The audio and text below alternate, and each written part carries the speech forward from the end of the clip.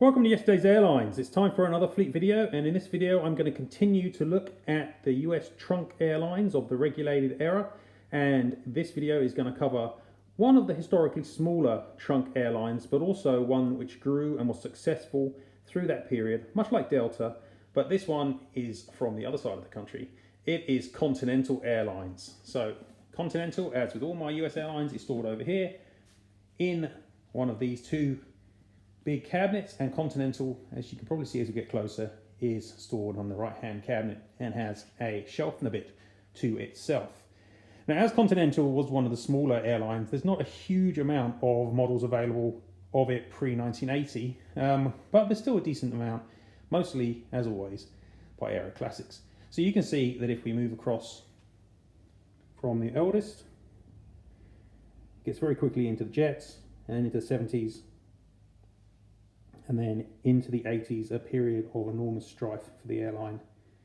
And then the 90s, a period of rebirth. And the collection ends around the turn of the century. So as per usual, I will now open up the cabinets and take a closer look at the models that make up the fleet and the different liveries that they wore. Okay, so as I said, Continental was historically one of the smallest of the trunk airlines and only really grew heavily in size in the 1970s. But it was a pioneering airline under Bob Six and did introduce a lot of cool aircraft and service features.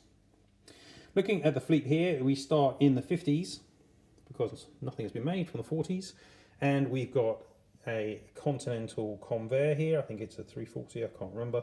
And behind that, a DC-6. And those are wearing the scheme that was worn from 1951 to 58, which was called the Blue Skyway. You can see it is also worn here by this Viscount, and Continental was an early customer for the Series 800. Before we move on to the Golden Jet version of the scheme, if we keep on going to the back, you can see there is another DC-6, and this one has Continental titles, but also, try and get the camera focus. There we go. Has United on the back and a United logo on the front, and that is because it was used as part of an interchange service, something that was quite common in this period. Okay, now the period where Continental began to operate pure jets is not very well covered in 400 scale because we're rather short of turbojet 707s, and we don't have any aircraft representing the first jet scheme and the first Golden Jet scheme, which was introduced in 1958. What we have here is the second Golden Jet scheme, which is resplendent on quite a few aircraft. This was introduced in 1962, so quite late. Here it is on a Vickers Viscount, and behind that a Boeing 720. And forward a Combi 727, and forward of that Continental was also an early customer for DC-9s, operated a selection of these short 9s. That scheme lasted until 1967, when it was replaced by what is undoubtedly, I think, Continental's most famous livery, the Contrails scheme, as you can see worn here by this Aero Classics Boeing 720. A really lovely scheme with the black Sawbass meatball on the tail. Forward of that we've got a 727-100, and you can see it's got the Micronesian flag because Continental had services to the that part of the American territories and operated within Micronesia. And they didn't just use 727s, they also kept some DC-6s going, and this one even has Air Micronesia titles. Now, I just noticed that it's actually bereft of me. There are a couple of models up on this area representing older schemes. We've got a DC-7 wearing that Blue Skyway scheme again, and a 707-320 in the Golden Jet. Now, moving into the 70s, Delta was all about fleet standardization. It got rid of quite a few types in the fleet, standardized very much on DC-10s and 727s. Here's a beautiful DC-10, and there is a 727-200 down here with another stretch 707 behind. It did also operate, as everyone did, a few 747s, and here's one here. This one's by Dragon Wings. Really very nice.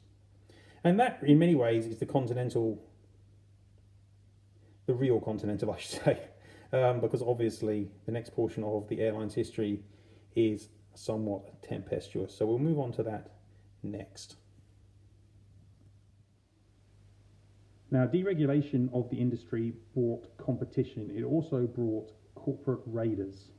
And Frank Lorenzo is probably the most infamous of these raiders. And he had bought up Texas International, or it's actually Trans-Texas when he bought it, one of the local service airlines, and somehow through sort of crazy machinations that you can only get away with in America, he successfully managed to buy and acquire a much larger Continental. So this was the beginning of a period of insanity, I guess, at Continental, where he basically closed the entire airline because he couldn't get the wage breaks he wanted, and then reopened it after sacking everyone. Texas International's fleet was merged, and this DC-9 is wearing a very much unusual hybrid with Continental titles and some elements of the Texas International scheme, but some of them painted in gold, which look rather cool. The black meatball carried on for a while, and you can see here's another Texas International DC-9 wearing that scheme. You can see because it's got a TX reg. And behind that we've got an MD-80. This one used to be with New York Air. You can tell by the reg, another Lorenzo company. But it wasn't long before Lorenzo changed the scheme somewhat. He changed the meatball to be red, as is worn here by its Airbus A300, a type that Continental both bought new and stole off of Lorenzo's other plaything, Eastern Airlines. Moving forward, this little DC-9 is not actually a Continental aircraft. It's actually operated by Emerald Air and flew this very short service between Houston Hobby and Houston International. And behind we've got a red meatballed MD-80. Those MD-80s are both Dragon Wings, and the DC-9 short line there is JetX. Okay, now I'll move over to the other side of the cabinet and we will continue this exploration. Now, I don't want to get caught up too much in Lorenzo bashing. It's easy to do. Suffice to say, nobody liked him very much, and Continental was a real mess under his tenure, and was operating an incredibly diverse fleet after it started acquiring pretty much, well, quite a range of failing airlines, like People Express, which itself had acquired Frontier. So Continental also got the Frontier fleet, which means it was operating 737-100s and 200s, a whole variety of DC-9s, MD-80s, 727s, A300s, DC-10s, and 747s, and acquired some international services from People Express, like to London Gatwick. And here is a hybrid People Express, it's Continental titled 747-100. They were repainted and stayed with the fleet quite a long time, these old 747s, and as you can see, here she is in the Lorenzo era colours. And moving down, we have a 727-200 and a 737-300, which was a type Lorenzo was quite fond of, and another Mad Dog behind that. This one's Gemini Mad Dog. Eventually, Lorenzo left the airline business, and in 1991, with the carrier pretty much on its knees and under the leadership of Gordon Bethune, the carrier introduced a new scheme which is still kind of with us today a little bit in terms of the United colours. And this globe scheme, you know, very attractive at the time, very businesslike, and was part of what helped the airline get back on its feet. You can see here we've got it wearing or being worn by a 737-200, and behind that part of the fleet renewal 757 by Gemini, and a 737-500 also by Gemini. Older types got in the colours too before they were withdrawn, like the Airbus A300. And of course the DC-10s. Here is this one. He's operating for Continental Micronesia, which is still titled differently, at least for most of the 90s. Continental continued to expand its long-haul network and acquired 777s. This is a rather nice one by Gemini. And was a big fan of the 737 Next Generation series, and here's quite an old Gemini Series 800. Move back. And we've got another DC-10, and the two newest aircraft in the fleet in terms of year, a pair of 767s, a 200 and a 400. Somewhat surprisingly, the 200 was ordered very, very late in the production run. I think they're possibly the last passenger airline to order Series 200s. And this is by Aero Classics. Behind it, we've got a 400, slightly out of time, because I think that's probably beyond the turn of the century. And that rather nice model is by Dragon. And that concludes the look at my Continental Airlines fleet through the years up to just about the turn of the century from the 1950s. I hope you've enjoyed the video. As always, if you did, please like and subscribe. Check out my other fleet videos. Check out yesterdaysairlines.com, the website, for tons more of this kind of information. Check me out on Instagram and Facebook at Yesterday Airlines. And I hope you've enjoyed the video. I'll keep on doing these videos covering my fleet, so keep an eye out for more.